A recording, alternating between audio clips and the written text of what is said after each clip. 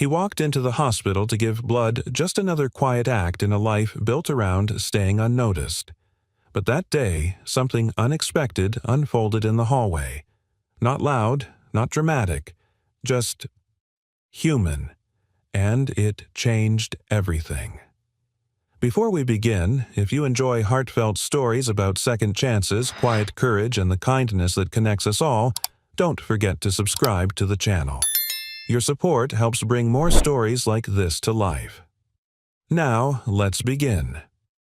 Single dad donated blood and spoke 4 languages to calm foreign tourists. The CEO didn't say a word. The old air conditioning unit hummed overhead, casting a low mechanical groan across the fluorescent-lit hallway of St. Mary's Community Hospital. The place smelled like antiseptic and overripe bananas, likely from the snack tray meant for post-donation blood sugar boosts. Daniel Hayes sat quietly in the waiting chair outside the blood donation room, fingers drumming lightly on his knee, the cuff of his work shirt still slightly stained with engine grease. He wasn't here for recognition. No one ever noticed him here, and he preferred it that way. He gave blood once a month. It wasn't charity, it was routine, a ritual that made him feel useful in a world that had all but forgotten him. Mr. Hayes, a nurse called. He stood tall but modest in demeanor, mid-40s, ruggedly handsome in a quiet, worn way. There was something about the way he moved, steady, precise, that suggested he used to hold himself differently once, like a man who used to speak in front of people or to them in rooms with more power than this one. The nurse guided him into the blood donation room. He smiled politely, rolled up his sleeve, and leaned back. 15 minutes later, as his blood flowed gently through the tube into the collection bag, the hallway outside exploded into disarray. "Help! Please! She's fainting," someone shouted in a thick accent. A woman's scream followed. The nurse by Daniel's side stiffened. "I'll check it out," she said, dashing into the hallway. Daniel turned his head just in time to catch a glimpse through the doorway. A group of elderly tourists stood in panic. One woman, clearly the leader of the group, was slumped on the floor, pale and sweating, surrounded by companions who were yelling over one another in 3 different languages. French, Japanese, and he thought Italian. The front desk nurse looked utterly lost. Daniel didn't even think. He yanked the cotton ball from his arm, pressing it hard as he stood. Blood dotted his shirt. He stepped into the hallway, holding up both hands. "Excuse me," he said loudly but gently. The crowd paused, slightly stunned by the American man's sudden appearance. Then Daniel switched to French, calmly asking, "Est-ce qu'elle est diabétique? A-t-elle pris ses médicaments aujourd'hui?" One woman gasped and nodded quickly, answering in rapid French. Daniel translated aloud to the nurse. Then he turned to the others, now speaking Japanese, asking one man to fetch the woman's bag. The man blinked in surprise, then obeyed. Behind him, a younger man in the group started sobbing in Italian. Daniel moved closer and spoke softly to him in his native tongue. The young man's shoulders dropped. He nodded. The hallway, once chaotic, was now subdued. Nurses were back in control. The patient was conscious breathing. The color returned to her cheeks. Daniel stepped back, arms still pressed awkwardly to his wound, his eyes scanning the room just in case anyone else needed help. He didn't see her at first. Behind the observation glass on the second-floor mezzanine, Olivia Morgan, CEO of St. Mary's Hospital, stood frozen. She hadn't meant to linger. She had a board meeting in 15 minutes and a PR nightmare to navigate from her father's shadow. But something about the commotion had made her stop just long enough to see what no one else had noticed. A maintenance man, judging by the shirt, just diffused a multilingual crisis with the calm precision of a seasoned diplomat. She leaned slightly closer to the glass. There was something familiar in his cadence, in his body language, not just fluidity, not someone who studied languages, someone who lived them. "Daniel Hayes," she murmured, reading the name tag from the blood donor log on the tablet in her hand. She stared longer than she should have, not saying a word, not even realizing that she was holding her breath. Down below, Daniel gently excused himself, declining help from the nurse who noticed the blood soaking through his bandage. "I'm okay," he said. "Just let me wash up." He headed to the men's room, rinsed the blood off with cold water, and stared at his own reflection. His salt and pepper beard was uneven. His eyes were tired. But behind the weariness was a flicker of something else, something that used to live inside him before life closed the door. As he dried his hands, his phone buzzed. "Lily, Dad, remember you promised pizza tonight." He smiled. Back at the nurse's station, he signed the release form. The nurse thanked him this time with more sincerity than usual. "Sir, I don't know how you knew all those languages, but that was incredible." Daniel just shrugged. Sometimes kindness speaks better in someone else's language. And with that, he walked out the door, unaware that upstairs Olivia Morgan was still watching, still silent. But her silence wasn't indifference. It was recognition. The elevator chimed softly as Olivia Morgan stepped onto the executive floor, her heels tapping sharply against the polished tile. In her hand, she held her tablet like a weapon, sleek, controlled, and constantly loaded with information. But this time, it wasn't financials or liability reports that made her swipe through the glowing screen. It was a name: Daniel Hayes. She didn't know why she'd typed it into the internal hospital system. Maybe it was the way he'd switched languages so effortlessly, or the way the crowd had obeyed his voice like it had weight. She'd worked in public health policy for over a decade. Fluency was rare. Calm under pressure was rarer. But this man hadn't just handled panic, he'd dissolved it. She pulled up his file. Daniel Hayes, age 42, occupation freelance HVAC repair technician. Address South Maple Mobile Park Unit 14. First donation 7 years ago. Total donations 36. A single scan of his medical record told her what she already sensed: he was healthy, consistent, and almost invisible. But what stood out wasn't what was there. It was what wasn't. No emergency contacts, no spouse, no employment history before 7 years ago, no insurance records, no criminal record, just blank space. Her eyes narrowed. Blank space in a life like his was rarely a coincidence.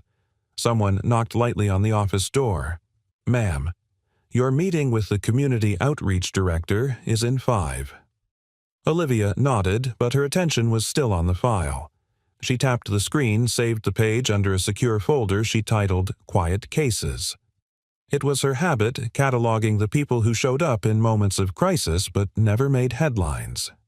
She believed those people were the true fabric of any institution. She just hadn't expected to find one standing in a grease-stained shirt and a blood bandage in her hallway. Across town, Daniel stepped out of his rusty Ford Ranger and into the soft light of late afternoon. The trailer park was quiet except for the distant bark of a neighbor's dog and the fluttering of an American flag someone had planted in a potted tire. "Dad," a voice called. From the steps of Unit 14. Lily, 10 years old and bursting with life, bounded toward him barefoot, a crayon still clutched in one hand. Her smile was a mix of mischief and sunshine. "You're late. I finished my homework and made you a card." Daniel chuckled, kneeling to take the folded paper from her hand.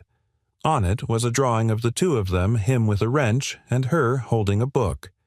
Above their heads floated a giant heart. "You're the best translator dad ever." He raised an eyebrow. "Translator dad.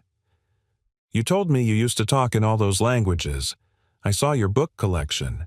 You've got like 6 dictionaries." Daniel smiled, but it didn't quite reach his eyes.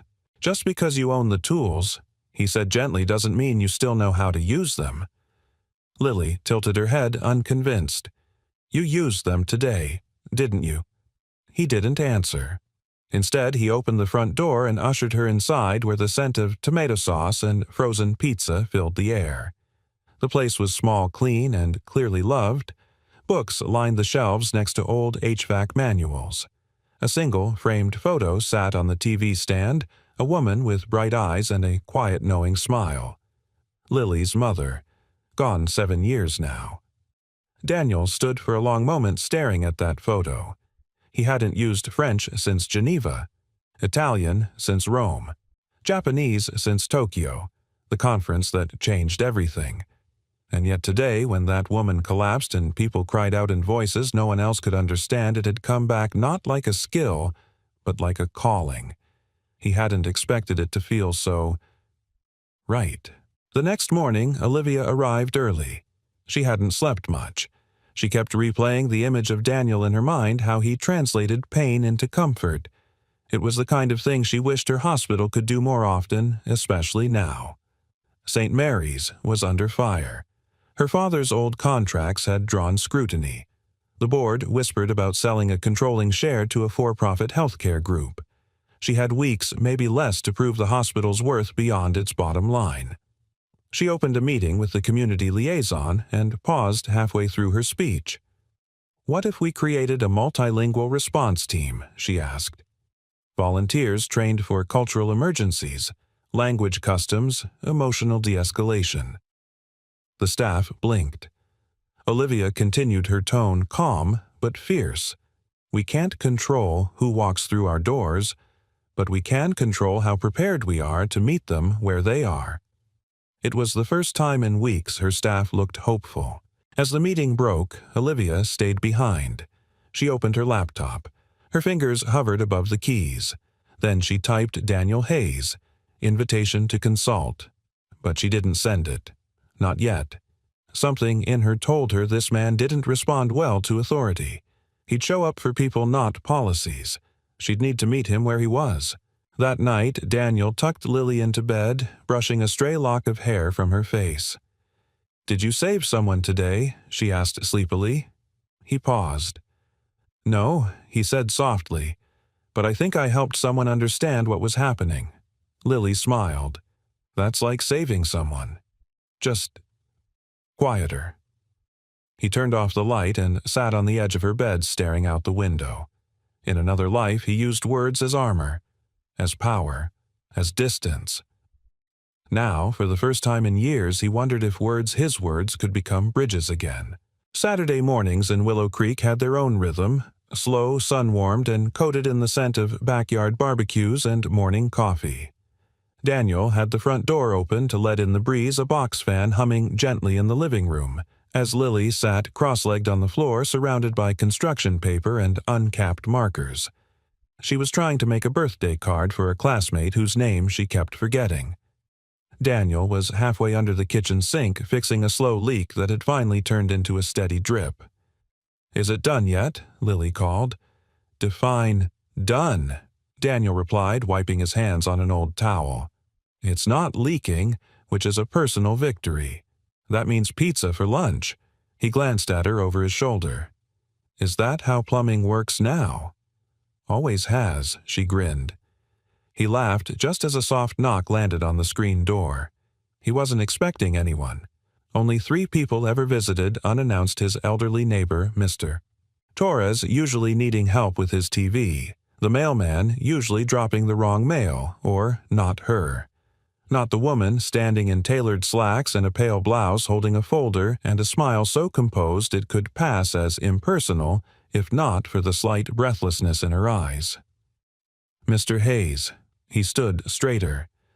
"Yes, I'm Olivia Morgan," she said, "CEO of St. Mary's Hospital." Daniel's brows lifted in surprise. "I hope I'm not intruding. I wanted to thank you in person for what you did the other day at the hospital, for helping those tourists." He stepped outside, gently closing the screen behind him. "I wasn't aware CEOs made house calls." "Neither was I," she admitted, then gestured to the park. "But I couldn't shake what I saw. You handled that situation better than any trained staff we had." He said nothing at first, just studied her. Most people tried to win trust with warmth or flattery. Olivia used precision. There was something guarded behind her courtesy. Not dishonest, just careful. "I didn't do it for credit," Daniel said. "I know. That's why I'm here." There was a pause. Then the door creaked open again. Dad Lily peeked out. "Oh," Olivia said softly. "Hi there." Lily blinked. "Are you a social worker?" Daniel chuckled. "No, sweetheart. This is Ms. Morgan. She works at the hospital." "I'm not in trouble, right?" Lily asked, narrowing her eyes. Only with me if you use permanent marker on the walls again, Daniel warned. Olivia smiled, and for the first time it wasn't the kind of smile she wore in meetings or press interviews. It was warmer, almost. Curious. You have a beautiful daughter, she said. Thank you, Daniel replied, his tone proud and subtly protective. I wanted to ask, Olivia continued, if you'd consider consulting with the hospital just part-time. We're starting a multilingual outreach program, and we could use someone with your experience. My experience, Daniel echoed, as if trying the phrase on. You know, I'm not licensed. Or trained in medicine. But you're trained in something, she said. You don't speak 4 languages fluently because you fixed a few hotel air conditioners overseas. That made him go still. I don't mean to pry, Olivia added gently. But if you have a gift, and you clearly do, it would mean a lot to share it where it's most needed. Daniel glanced past her toward Lily, who had now returned to her markers, humming softly. I've spent the last 7 years trying to build something quiet, he said. No exposure, no titles, just stability for her. And for me.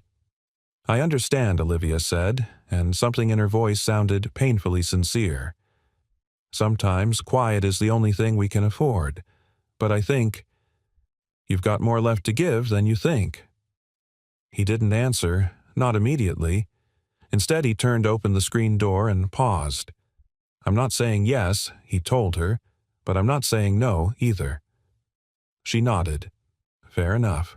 Then, almost on impulse, she added, There's a community dinner we're hosting Tuesday night. Patients, families, staff, nothing formal, just stories and people. You're welcome to join us. Daniel raised an eyebrow. As a guest, or as a curiosity?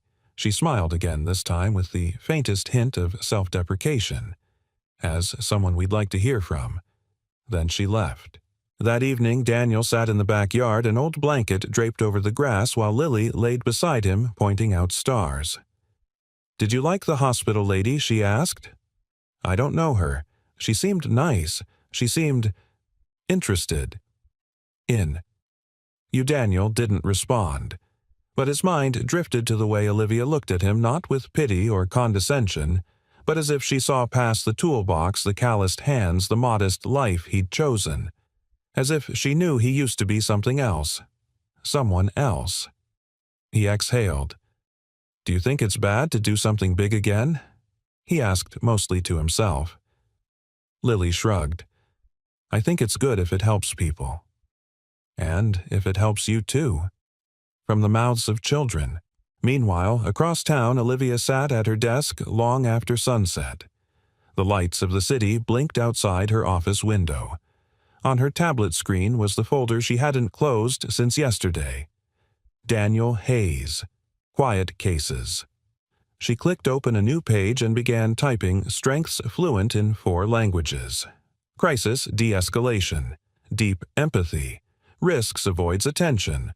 Possible trauma history. Unknowns. Prior occupation. Motivation for staying hidden. Gut instinct. He's the kind of man who left something behind. Question: is he willing to go back for the right reason? She stared at that last line for a long moment, then deleted it. Instead, she typed, sometimes the best voices are the ones we almost didn't hear.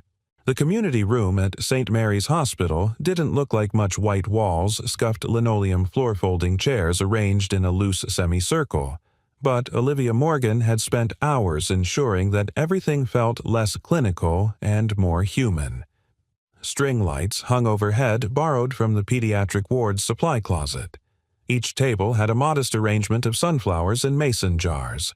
The food, simple homemade dishes, lined a buffet table in the corner. This was her first initiative without a press release, without board oversight, and without her father's approval. It was purely hers, and she couldn't stop watching the front entrance. He's not coming, she whispered to herself, adjusting the hem of her blazer. Who asked Claire, the hospital's community director, handing Olivia a cup of coffee? No one. Just someone I invited. Claire smiled knowingly. It's the quiet ones. They always show up late and change the night. Daniel stood outside for a full 2 minutes before walking in. He had dressed carefully. Not formally, but respectfully pressed shirt, clean jeans boots, polished as best he could. He still felt like an imposter stepping into a world he used to belong to, but no longer trusted. Inside, he was immediately greeted by a warm din of conversation patients in wheelchairs, elderly visitors, nurses out of uniform. There was no agenda, just people. He stood near the doorway, uncertain. And then he saw her. Olivia was laughing softly with a retired doctor who was sharing stories from his days in Doctors Without Borders. Her expression was different tonight, lighter, like she wasn't carrying the hospital on her back for once. She turned, felt his presence before she saw him, and smiled. "You came."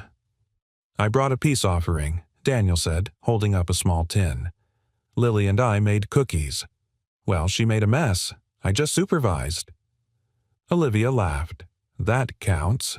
He followed her into the room, and soon enough the cookies found their way to the dessert table, while Daniel found himself seated next to an elderly man named Mr. Braddock, who was missing part of his hearing, but none of his stories. As conversations floated around the room, Daniel remained mostly quiet, listening, observing. But then a woman in a wheelchair, a woman he faintly recognized from the tourist incident, called out to him, You're the man from the hallway, with the languages." He offered a small nod. "Yes, ma'am. That was me." "You saved my sister's life." "I didn't save her. I just made it easier for help to reach her." "Same thing, sweetheart," she said, raising a cup and toast. The room quieted slightly as heads turned toward him. Someone asked, "What made you learn all those languages?" Daniel hesitated. The air shifted expectant. "Truth is," he said slowly, "I used to work in government service. International relations. I spent years learning how to speak other people's languages, how to translate pain, anger, misunderstanding into something human." He paused. His eyes found Olivia, and she gave him the smallest, most encouraging nod. "But somewhere along the line, I stopped using those words for people. I started using them for systems, for policies. Until one day I didn't recognize who I was anymore." The room held its breath. "So I left," he finished, "started fixing air conditioners and water heaters. Because sometimes when the world feels too big, you find comfort in things that break in ways you understand." Someone murmured, "Amen" to that. Laughter bubbled up gently like an exhale the room had been holding in. Later that evening, Daniel wandered out of the room and into the quiet hallway. That's when he heard a soft sob muffled behind the slightly ajar door of room 2B. He knocked lightly, then stepped in. Inside was a young woman, no older than 20, sitting beside a hospital bed. Her mother lay sleeping, her breathing shallow. The daughter's shoulders shook. Daniel didn't say anything at first. He just stood there, then pulled a chair beside her. She looked up, startled, but something in his presence made her pause. "I don't know what to say to her," the girl whispered. "She doesn't speak English, only Russian. And I never learned it well enough. I was born here. She raised me alone." Daniel's voice was gentle. "May I?" He stepped forward and spoke quietly in Russian, introducing himself, explaining that he was here to help. The mother stirred slightly, eyes fluttering open. He leaned in closer, whispering her daughter's words. Words of love, gratitude, apology for the times she'd been too busy, too American, too far. Words the mother heard and understood, tears slipping silently down her cheeks. The daughter cried too, but this time with relief. When Daniel stepped out of the room 20 minutes later, Olivia was waiting. "I saw you go in," she said. "I didn't follow. I waited." Daniel nodded.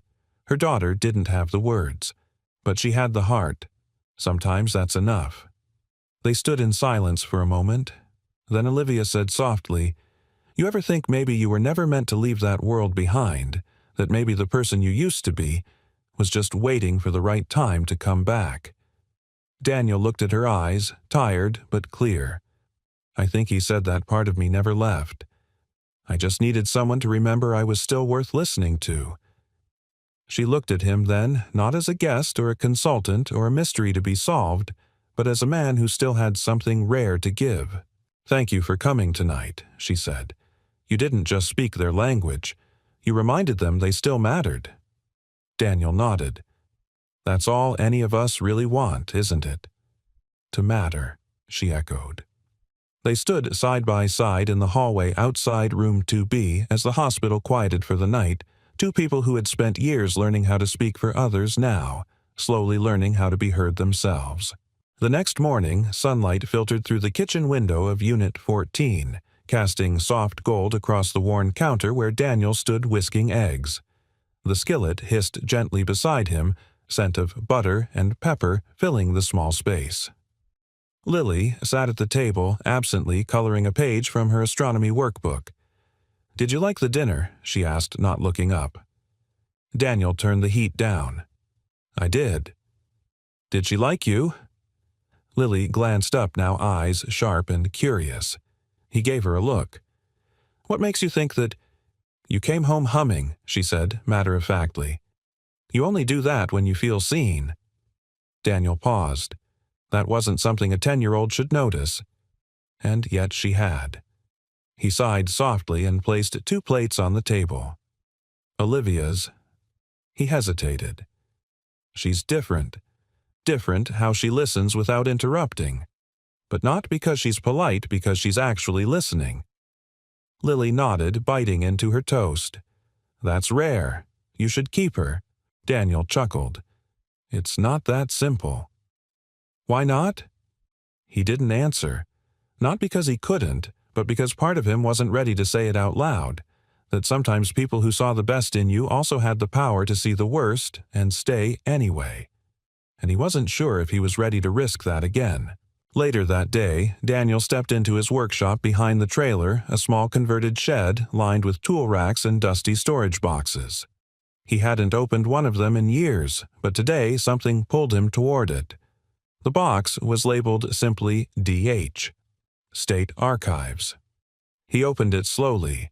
Inside, folders worn with time, notebooks filled with annotations, a State Department badge, a photo of him years younger standing between delegates from 3 countries during a negotiation that never made the news but changed 6 lives. He ran a finger over the photograph's edge, remembering not the conference room, but the pressure, the impossible expectations, the silence he was expected to keep. One folder sat alone at the bottom, unmarked. He hesitated, then opened it. Inside was the letter, the one he never mailed, addressed to the Office of Internal Ethics, a whistleblower complaint. It outlined his objections to a redacted diplomatic briefing that was falsified before being delivered to Congress. He had refused to sign. And everything afterward, his resignation, the quiet pressure to disappear the jobs that stopped calling back, had stemmed from that refusal. His hands trembled just slightly. That part of his life wasn't behind him. It had merely gone quiet, like a language he no longer spoke.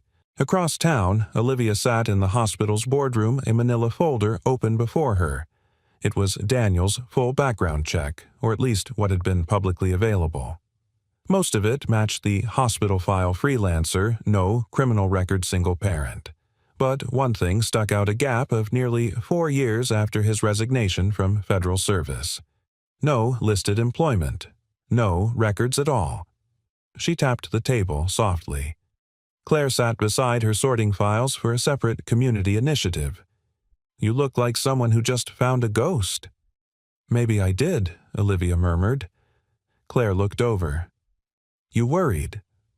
"No, just wondering why a man who can translate 4 languages and calm a room like he was born to do it would choose to be invisible." Claire smiled faintly. "Sometimes people don't choose silence. Sometimes silence chooses them. And survival means learning how to live inside it." Olivia closed the file. "I think it's time we give him a reason to speak again." That evening, Daniel received an envelope. It wasn't official, no hospital letterhead, no return address. Inside was a handwritten note. Room 4C, Tuesday at 9 a.m. We have a patient who only speaks Arabic and won't let anyone near her child. No obligations. But we thought of you. Oh. He stared at it for a long while, the weight of the invitation heavier than its few words. He had learned Arabic during a 2-year rotation in Jordan back when he believed language was enough to build bridges across pain. He hadn't used it in over a decade. Tuesday morning came fast. Daniel stood outside room 4C, dressed simply but neatly the same way he might have for a briefing minus the suit, plus 7 years of living between silence and socket wrenches. A nurse glanced up as he knocked lightly and pushed the door open. Inside, a woman in her early 30s sat curled protectively around a small child on the hospital bed. Her eyes were wide, frightened. Her hands clutched the child's shoulders tightly every time anyone in scrubs passed by the door. Daniel stepped inside, slowly, Palm's visible voice low. He greeted her in Arabic. She froze, then answered cautiously, her words uncertain.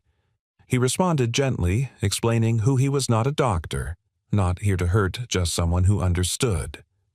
He sat a few feet away, not approaching the bed. He let her speak.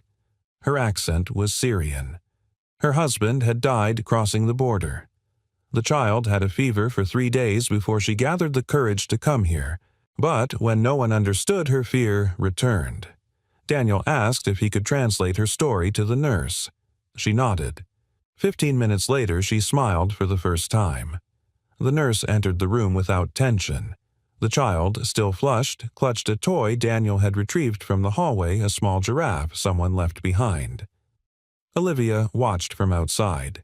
She didn't enter. She didn't need to. She already knew what she'd see, a man who thought he had walked away from his calling now returning to it, not through obligation, but through compassion. When Daniel stepped out of the room, Olivia was still there. He said nothing. Neither did she. But for the first time there was no distance between them, only understanding. And the start of something neither one dared to name yet. The news broke just after dawn. A child admitted with a high fever, missed intake paperwork, a language barrier, a delayed treatment order. By the time the hospital realized the child was in septic shock, it was too late. The boy passed at 4:07 a.m. Olivia stared at the report on her desk, her hands trembling just enough for the coffee in her mug to ripple. The intake nurse had panicked and checked the wrong box. The child's mother didn't speak English. The interpreter on call never showed. It was everything Olivia had feared and everything the board had warned her about. Her phone rang. It was David Lang, the chair of the hospital's board. Olivia, his voice was clipped, rehearsed. You need to prepare a statement. This will go public by noon, and the board has decided it's time we bring in external leadership. I've scheduled a vote for next Friday. You'll want to be ready. She gripped the edge of her desk. This wasn't neglect. It was communication failure. This is exactly why we started the outreach. The outreach hasn't scaled, he interrupted. You've implemented pilot programs, yes, but we need infrastructure, Olivia. Liability protection. Shareholder trust. You're not here to be the heart. You're here to be the spine. The call ended before she could speak again. Olivia leaned forward, forehead resting in her hands, the weight of an entire institution pressing against her chest. Across town, Daniel was installing a new unit at a rundown laundromat when his phone buzzed. A news alert. Language barrier leads to child's death at St. Mary's Hospital. CEO faces scrutiny. He stared at the headline. The image accompanying the article showed a grainy, zoomed-in photo of Olivia entering the hospital, shoulders, squared eyes, unreadable. He knew that look. He'd worn it once. The mask of someone about to be blamed for a system's failure. A familiar nausea settled in his stomach. He turned off the drill, packed up his tools, and drove straight to the hospital. Olivia didn't look up when the knock came. "Come in," she said, already bracing for another reporter, another board member, another crisis. But it was Daniel. His presence filled the room not with answers, but with presence, a rare kind of calm, forged not in indifference, but in experience. "You saw," she said quietly. He nodded. "I tried Daniel. I really did. I pushed for training for hiring a multilingual staff. But they care more about optics than access, about speed than safety. And now, a child is gone." She didn't cry. That was what hurt him most. She looked like someone who wanted to cry but had been told too many times not to. Daniel sat across from her. "This isn't your fault," she scoffed. "Isn't it you don't control every intake, every form, every delay?" "But I said we could handle it," she whispered. "I told them we were building the system to prevent this." "You were," he said. "But a system built right takes time, and they're using tragedy as an excuse to strip you of authority." She looked up at him now, eyes sharper wounded. "You sound like you've seen this before." "I have," he said, "and I lost everything because I stayed silent." The silence in the room thickened. Olivia leaned forward. "What happened, Daniel? What did you walk away from?" He took a breath. "I was assigned to an international committee," he began. "We were supposed to review intel for a pending trade agreement. But one report, just one, had language that didn't match the original source. I flagged it. They asked me to let it go. It won't affect anything, they said. But it would have.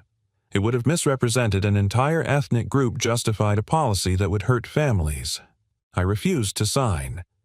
"And they buried it?" Olivia asked. "They buried me," Daniel said, voice low. "Overnight, my clearance was suspended. Job offers vanished. Even people I mentored stopped calling back. The message was clear: speak up, disappear." He looked at her then, not just as an ally, but as someone who could soon face the same fate. "They're going to use this," he said. "Not to fix the system, but to replace you with someone easier to control." "I know," she said. "But you still have time." She looked at him unsure. Time to do what? To fight it, not with politics or statements, with truth, with people who'll stand beside you, not behind closed doors, but in front of them.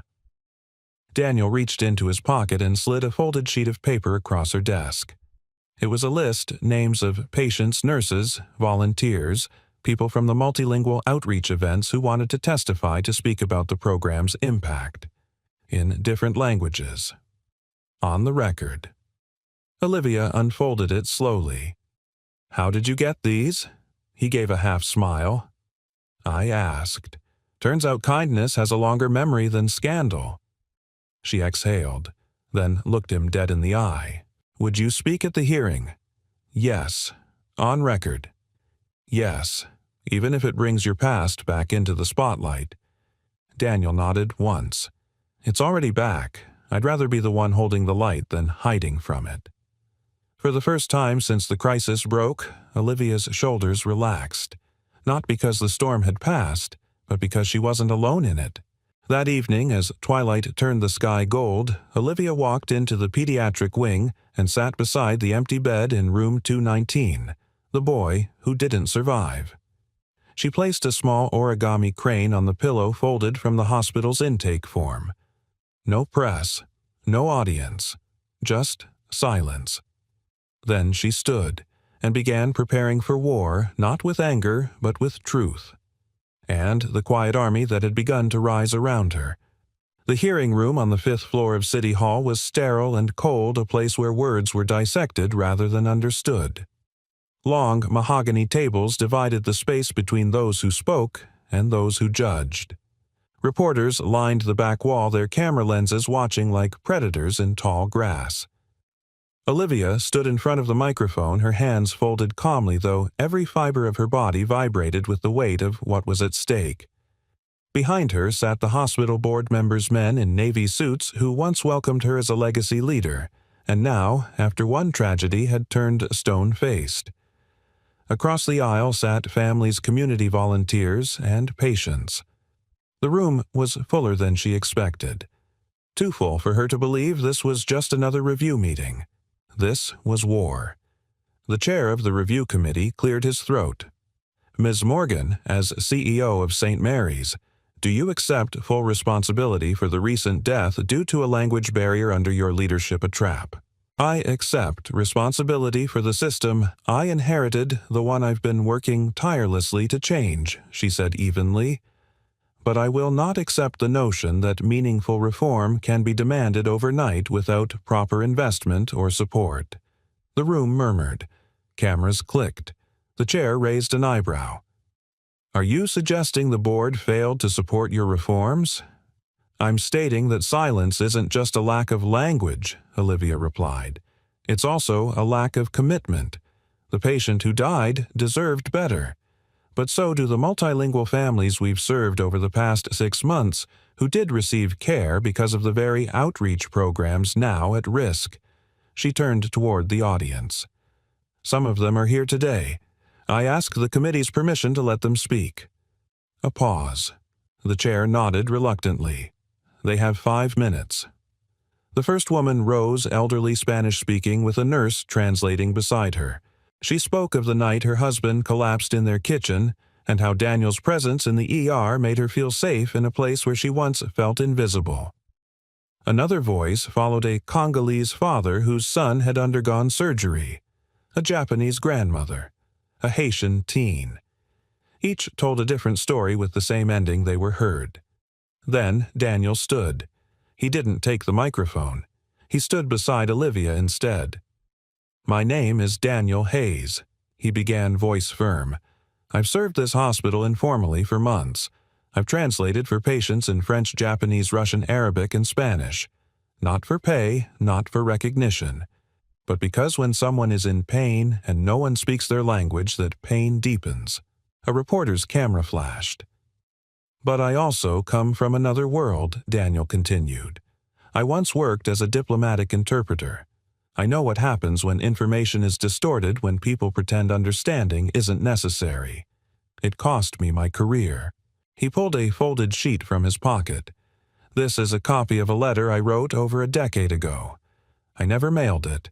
It documented falsified reports that could have endangered a minority population during a negotiation. I refused to lie. I refused to sign, and I was erased for it. A ripple of silence swept the room. I've lived quietly since then, raising my daughter, fixing air conditioners, and watching a world that sometimes moves too fast to care. But I came back to this hospital not for redemption, but because I saw a woman fighting to change a broken system from the inside out. He looked at Olivia.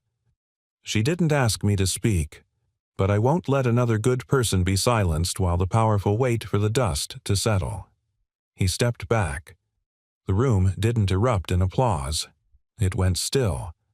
A kind of reverence filled the air, not for Daniel, not even for Olivia, but for the truth itself. Raw, undeniable. That evening, Olivia stood in the hospital garden watching dusk settle over the city. Wind moved gently through the lavender bushes planted by the nurses on Mother's Day. Her blazer hung over one arm. Her shoes were off. Daniel approached quietly, holding 2 coffees. You were extraordinary today, he said. She turned to him. You were the earthquake. I didn't mean to be. Yes, you did, she said, and I'm glad you were. They sat on a low stone bench beneath a flowering tree. A hummingbird darted between the branches, completely unaware that 2 people below had just changed the course of something much larger than themselves. Do you regret it? She asked. Speaking the truth, no. Letting them see you again. Daniel looked up at the sky, the color of steel and fading gold. I think I've hidden for so long I forgot what it felt like to be seen and not be in danger. She didn't reply. She just leaned her shoulder slightly into his. He didn't move away. I'll still probably lose the vote, she murmured after a while. Maybe he said. But now they'll know it wasn't because you failed. It was because you refused to become what they expected. She smiled faintly. You always speak like you're translating something deeper. Maybe I am. Their eyes met something quiet and unresolved passing between them. Not a confession, not yet, but a promise that something had begun. Not in a boardroom, not in a language, but in understanding. It rained the morning of the vote. Not the kind of dramatic storm that made headlines or flooded sidewalks, but a soft, persistent drizzle, the kind that seeps into your bones and makes everything feel heavier than it is. Olivia stood in the staff parking lot staring up at the gray sky, her blazer draped over one-arm hair pulled into a practical twist. Inside, the board was preparing. She knew their rhythm by now, the private discussions, the casual but loaded glances, the veiled language of liability and reputation. What they didn't say was louder than what they did. She pulled her phone from her pocket thumb, hovering over Daniel's number. She hadn't seen him since the hearing 2 days ago. Not because she didn't want to, but because something in her had changed. She wasn't standing alone anymore, but that also meant she couldn't run from herself. She didn't call. Instead, she turned and walked toward the entrance. Daniel was already there. He stood just outside the auditorium, dressed in a charcoal button-down and jeans hands folded behind his back. He hadn't been asked to attend. He had chosen to. He watched as hospital staff filed in, some hopeful, some resigned. Claire approached him with a warm smile and a nod. "She's going to be fine," she said. Daniel nodded, though something in his chest pulled tight. "She's brave. She's not the only one." He gave a quiet smile, then stepped aside, watching the glass doors swing closed behind the last board member. The vote was in motion, and the outcome was out of their hands. Inside the auditorium, Olivia stood tall as the chair of the board announced the motion: to instate external leadership over St. Mary's Community Hospital and transition CEO responsibilities, effective immediately. The vote was called. One by one, hands raised. 7 members, 4 in favor, 2 against. Then came David Lang, the chair. His vote would break the tie. He looked at Olivia for a long time, then his hand rose against. A collective exhale rippled across the room. Lang cleared his throat. "The motion fails. Ms. Morgan will retain her position as CEO." Olivia didn't move. Not immediately. Then she turned, nodded to the room, and walked out. Not in triumph, but with a kind of grace that belongs only to those who have fought hard enough to earn it. Outside, Daniel stood beneath the awning, watching the last of the rain taper off. When he saw her approach, he stepped forward. "They kept you." She smiled. "No, I stayed." He nodded. "I'm glad." She studied him for a moment, her eyes quieter than her voice. "There's something I want to show you," she said. They walked in silence through the east wing of the hospital, down a hallway recently painted and lined with framed photos, patients, nurses, community members, volunteers.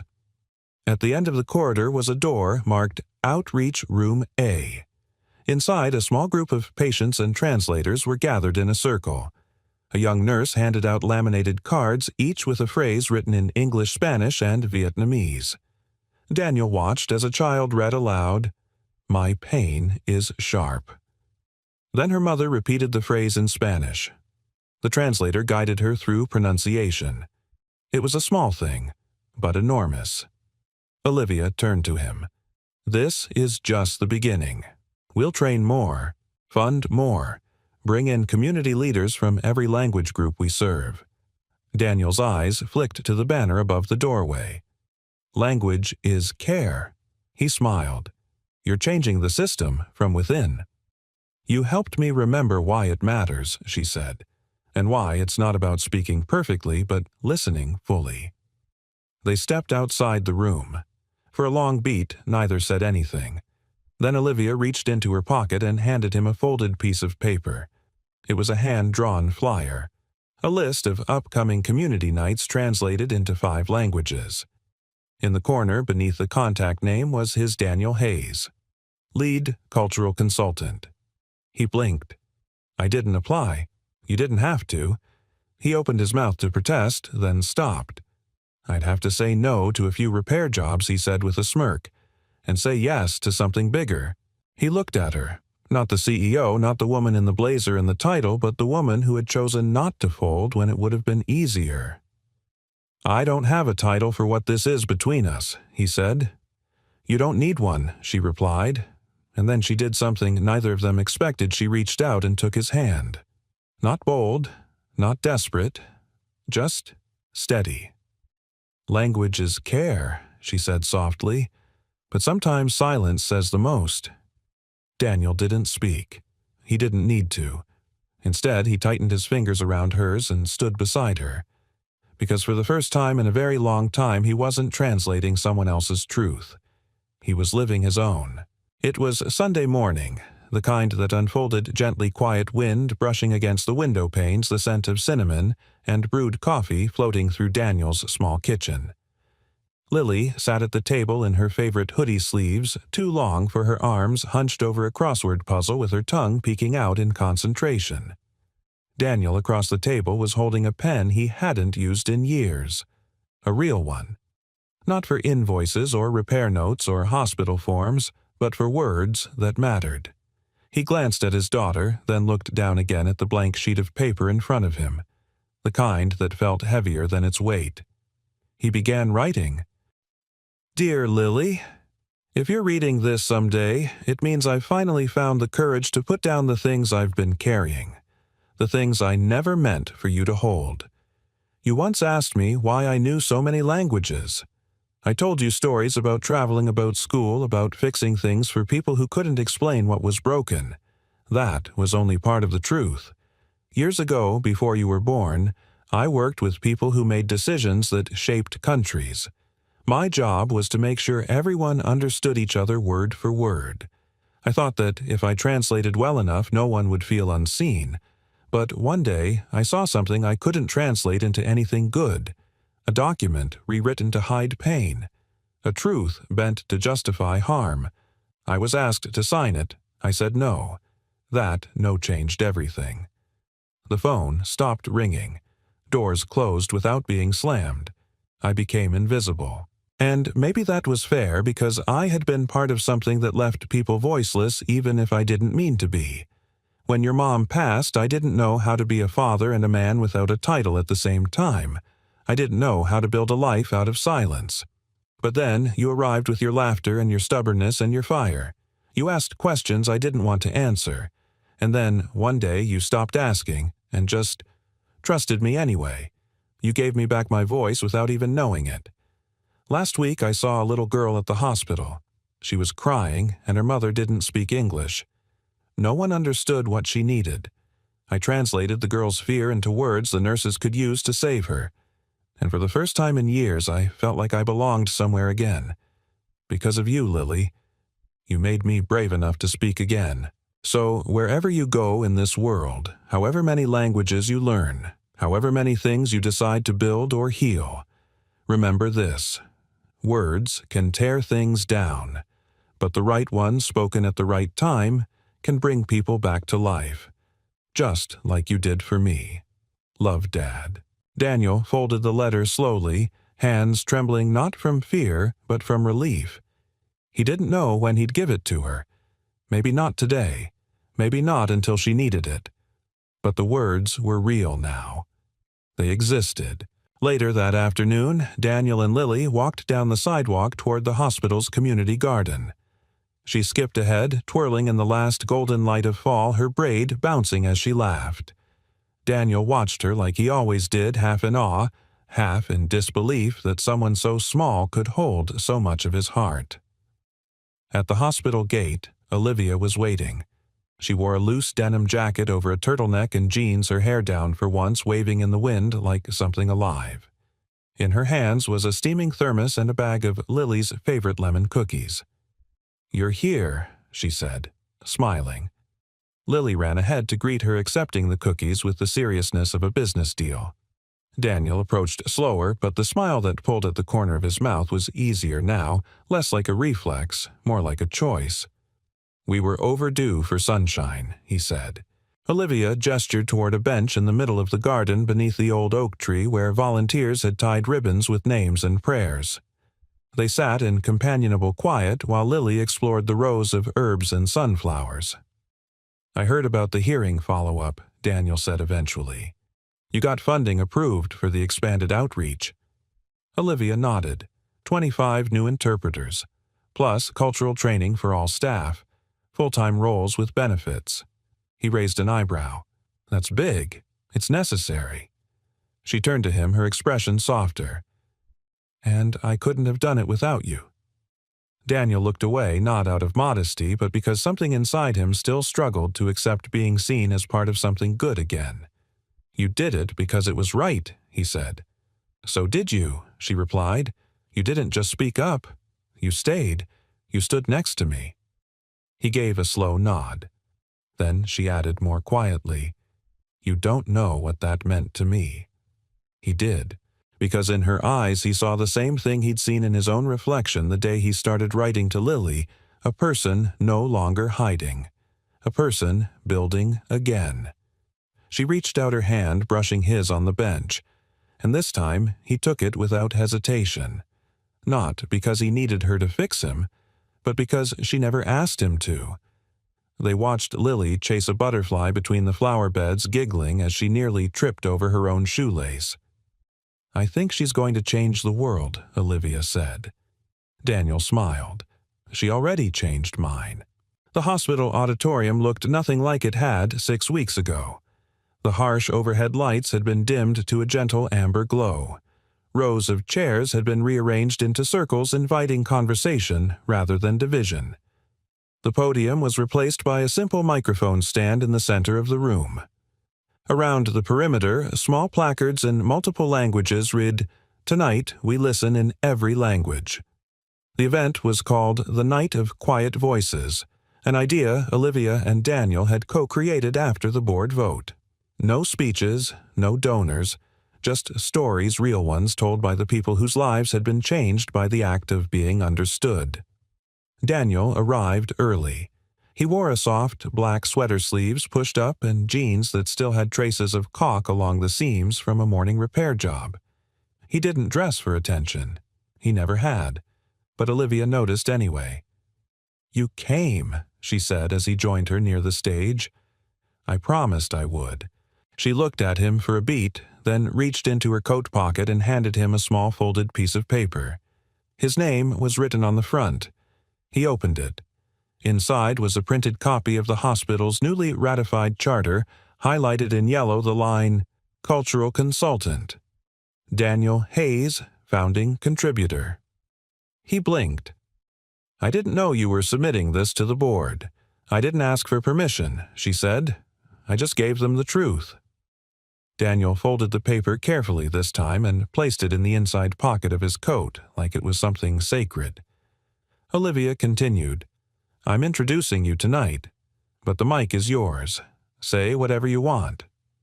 Daniel smiled faintly. I'm better when I don't prepare. I know, she replied, and the ease between them said more than any script could. By 7 o'clock the room was full. Nurses still in scrubs. Elderly couples bundled in scarves, high school students with clipboards, refugees with weathered hands, people who had once walked into St. Mary's afraid unheard, unseen, and had found someone who spoke their language literally or figuratively. Olivia stepped up first, offering only a short welcome. No introductions tonight, she said. No credentials, just voices. She stepped aside and Daniel walked into the center. There was no podium to stand behind. Just him, the mic, and a room full of eyes that were tired of being looked through. He cleared his throat. I never thought I'd speak in a place like this again. A pause. I used to think language was about power. If you knew the right words, you could change the outcome of a meeting, negotiate peace, avoid disaster. He looked around the room. But that's not true. Language isn't power. Kindness is. And kindness doesn't always come in full sentences. He took a breath. 7 years ago, I lost my voice not because I forgot how to speak, but because I stopped believing anyone wanted to listen. I fixed machines.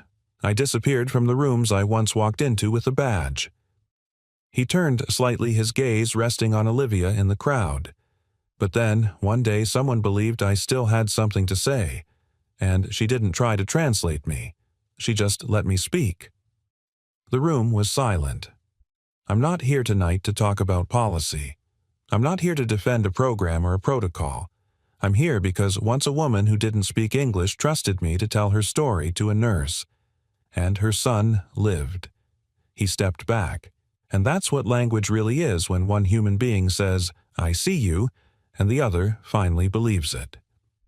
A quiet ripple moved through the crowd. Then, one by one, others stood. A teenage girl who had once arrived at the ER terrified her undocumented parents would be turned away. A nurse who learned Tagalog to comfort a dying woman. A janitor who knew sign language and used it to explain test results when no one else could. No applause, no clapping, just listening. And in that listening, healing. Afterward, the auditorium slowly emptied, but Daniel remained in the center, folding up chairs with Lily, who had appointed herself hospital event manager for the night. Olivia stayed nearby, sipping lukewarm cider from a paper cup.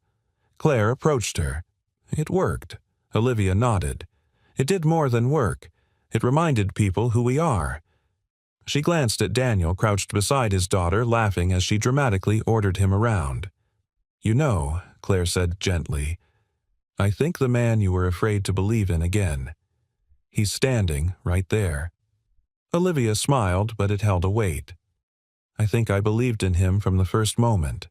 I just didn't know how to tell him." Claire tilted her head. "Then maybe it's time you stopped translating your heart and just say it." When the last chair was stacked and the room was nearly dark, Olivia approached Daniel. He looked up, wiping his hands on a towel. "Did we pass?" "With colors flying," she said, "and no one fainted. Minor miracle." She hesitated, then offered him her hand, not as a colleague, not as a symbol. Just as a woman reaching for a man who had shown her that silence can be sacred, but words, when chosen with care, can change everything. He took it, and in that touch something closed. Not a chapter, but a wound. She stepped closer. "You once said words can bring people back to life." "I remember." She searched his eyes, then say something real.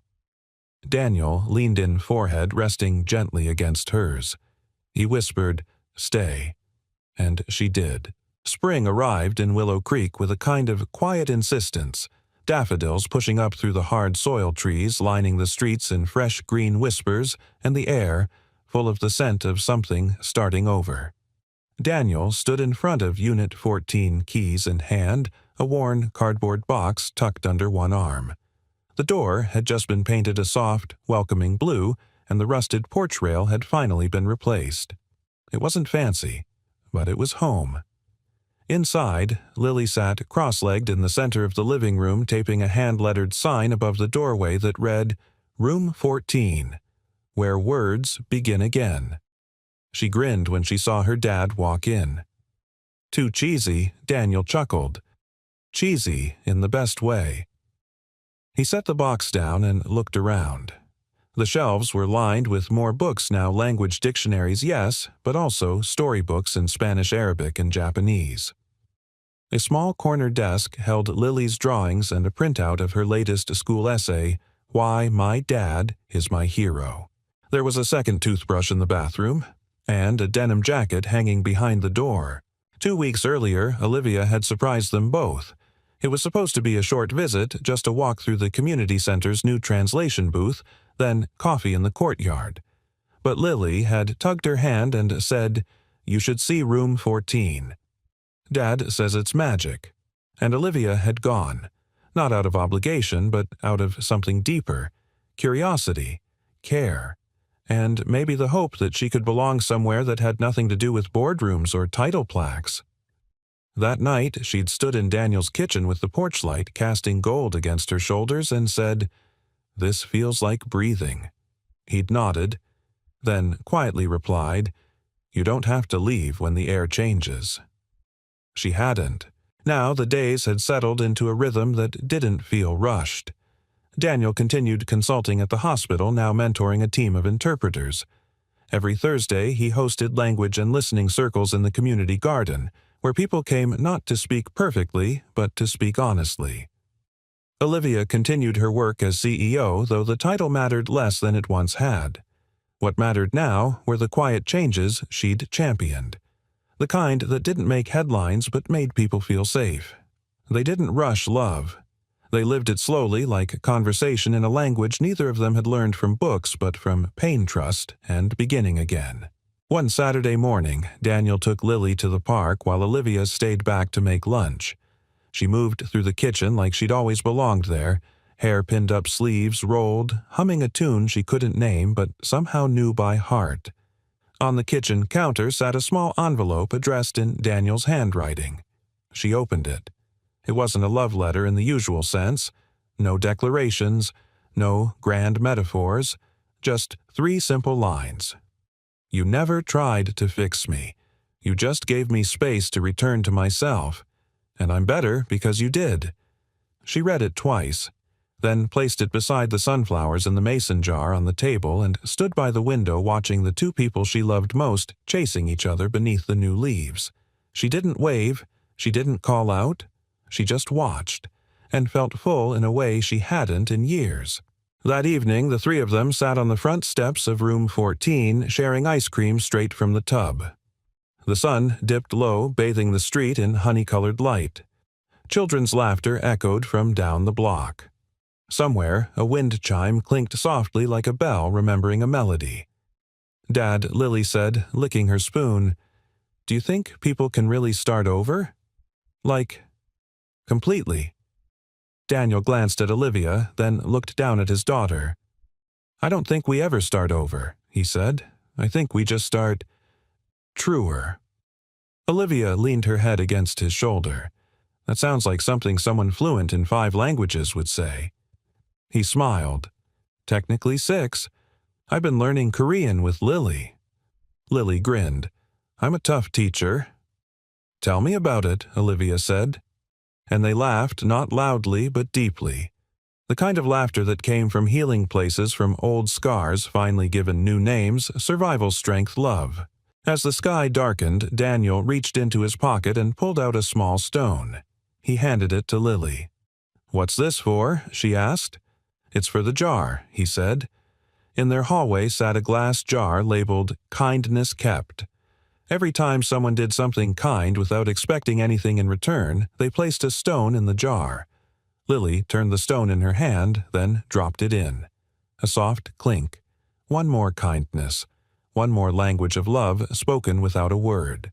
And so, in a small house with a blue door beneath a sky that promised new days, 3 people who had once lived between silences built a life full of listening, full of understanding, and above all, full of the kind of love that didn't need to be translated, because it was already understood.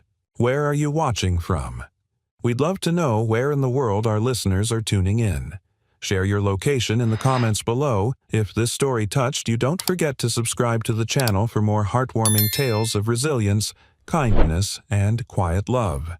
Thank you so much for spending your time with us. We're truly grateful you're here.